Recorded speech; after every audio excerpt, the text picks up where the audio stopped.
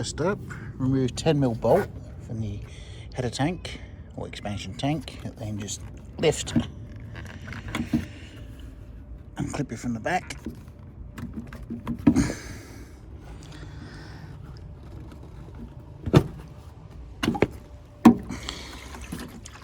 And lift away.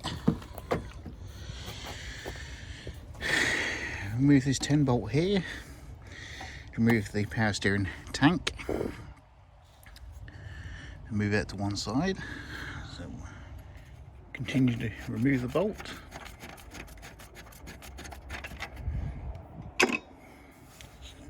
Lift this forward. Now normally I would uncouple this pipe here and lift this completely out of the way, but all I'm going to do is pull it back to one side me and gives me enough room to get to the mount. It's 4 15mm, well, 2 15mm nuts and 2 bolts. You remove that one there, that one down that side, then that one and that one, and lift the engine mount clear, making sure you've got the engine supported first. Now the mount's been removed. To remove this timing belt cover, remove 1, 2, 3, 4 10mm bolts. Remove them and then you can remove this cover. Now the bolts have been removed, time to remove the cover. I should just, there you have it.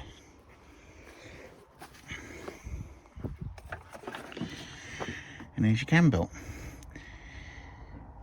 Now before removing this belt, I'm going to mark the pulleys with the back plate, this cam sprocket and this pump sprocket. So I'll mark them now. Both pulleys have been marked. Now to remove this tensioner, it's a 15mm bolt.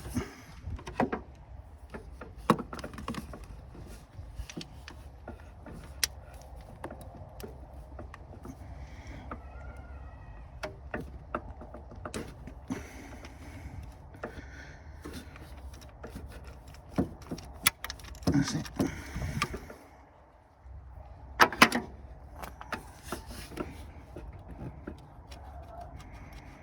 There must be another way to get it.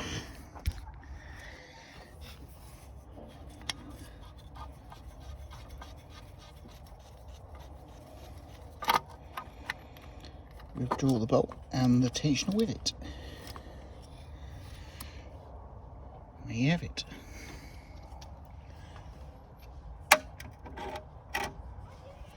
I wonder if it's noisy. Is it noisy? It's not noisy. New tensioner by the looks of it.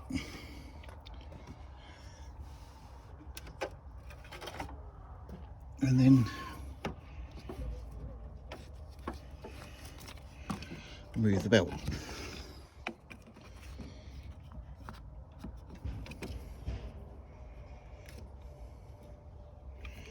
With your Dayco belt.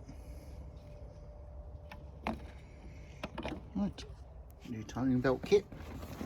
Dayco.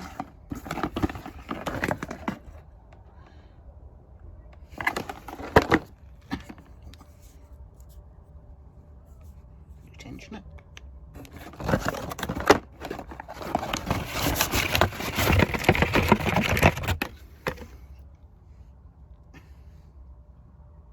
New belt. Let's compare the old one.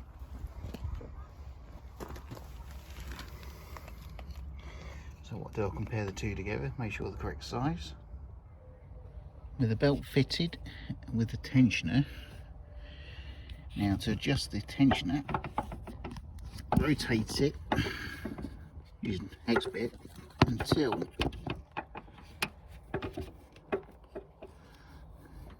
little cutout, until it's dead in the centre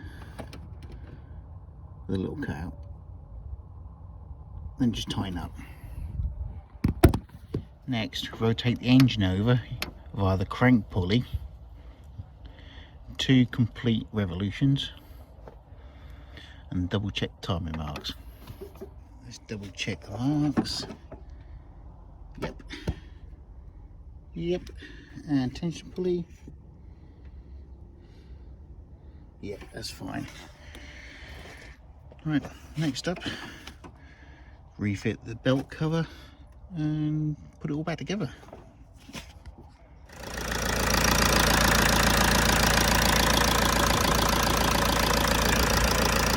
Job done. Thank you and subscribe.